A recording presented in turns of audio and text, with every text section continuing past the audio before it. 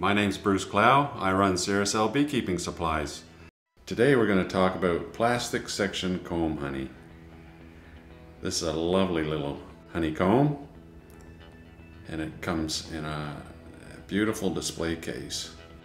It makes a very heavy honeycomb, and one of the beautiful things is that we just need a standard 3/4 wood frame.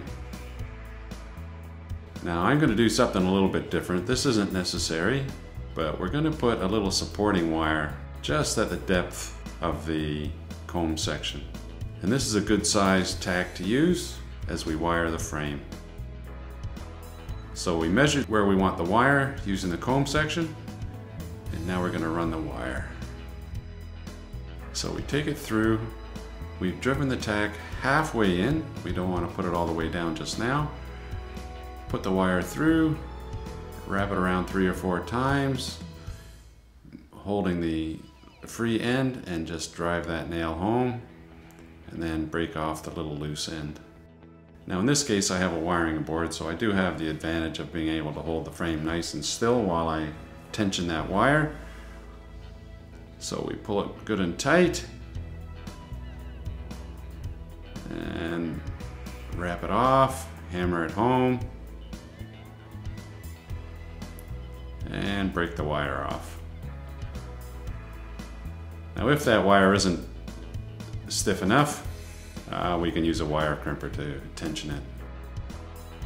So here we get our 3/4 depth thin super foundation. We're going to weld it in with our waxing tube. And now we're going to embed the bottom edge in that wire. Now because it's thin super, we just have to be very delicate.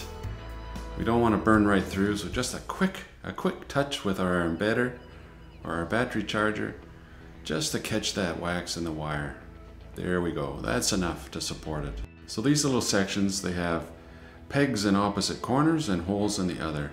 So we're going to push that up against the top bar of the frame and push the little pegs through, and then put each one up against the other, and again push the peg through. So we'll just fill that frame. In a 3/4 frame we get 4 sections. And there we go, the one side. Now we need to flip it over and put the other half on the other side on. And we're going to marry the holes on this side into the pegs that came through. Now it is a bit fiddly, but if we get those holes onto those pegs, we'll find that the pegs will find the hole on the other side. So just press it on there. It should press on very snugly.